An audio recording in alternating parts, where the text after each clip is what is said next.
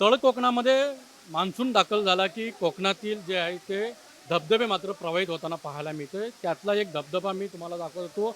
पहिल्याच पावसामध्ये प्रवाहित झालेला पाहायला मिळतो. तो म्हणजे देवगड तालुक्यातील नावणकोण धबधबा आहे. तो मात्र पहिल्याच पावसामध्ये दाखल झालेला पाहायला मिळतो आणि सर्वाधिक जो पाऊस आहे तो मात्र देवगड तालुक्यामध्ये झालेला पाहायला मिळतो. जिल्ह्याच्या अजूनही इतर भागांमध्ये किंवा तालुक्यांमध्ये पावसाची प्रतीक्षा कायम असताना मात्र देवगड तालुक्यामध्ये हा पाऊस झाला आणि तो नावणकोण हा धबधबा आहे तो पहिल्याच पावसामध्ये प्रवाहित झालेला पाहायला मिळतो. आणि आता जी पर्यटकांना लगेच चावल लागल्यानंतर पर्यटक जे आहे ते मात्र या नावणकोण धबधब्यावरती दाखल झालेले पाहायला मिळतं आणि मनमुराद अगदी धबधब्याखाली अगदी आनंद घेताना पाहायला मिळतं. जवळपास 15 ते 20 फुटावरून हा कोसळणारा असा सुरक्षित धबधबा म्हणून या धबधब्याची ओळख आहे.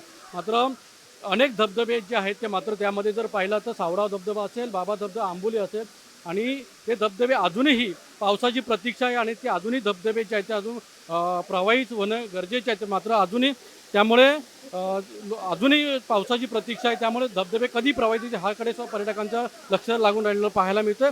आपल्यासोबत काही पर्यटक देखील आहेत जे इथं या धबधब्याखाली मनमुराद आनंद घेताना पाहायला मिळतं. आपण त्यांच्याशी संवाद साधणार. काय सांगाल, कशा प्रकारे आनंद घेताय तुम्ही धबधब्याचा? मस्त वाटतंय.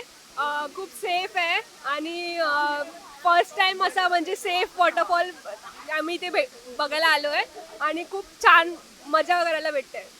नक्कीच धबधबा हा सेफ आहे आणि चांगली मजा करता असा प्रतिक्रिया मात्र या पर्यटकांची समोर येताना पाहायला मिळते.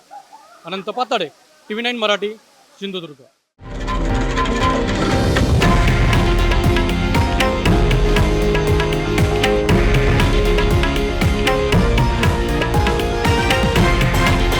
हे आहे देशातील नंबर 1 न्यूज नेटवर्क आणि आपण पाहत आहात TV9 मराठी, एकमेव.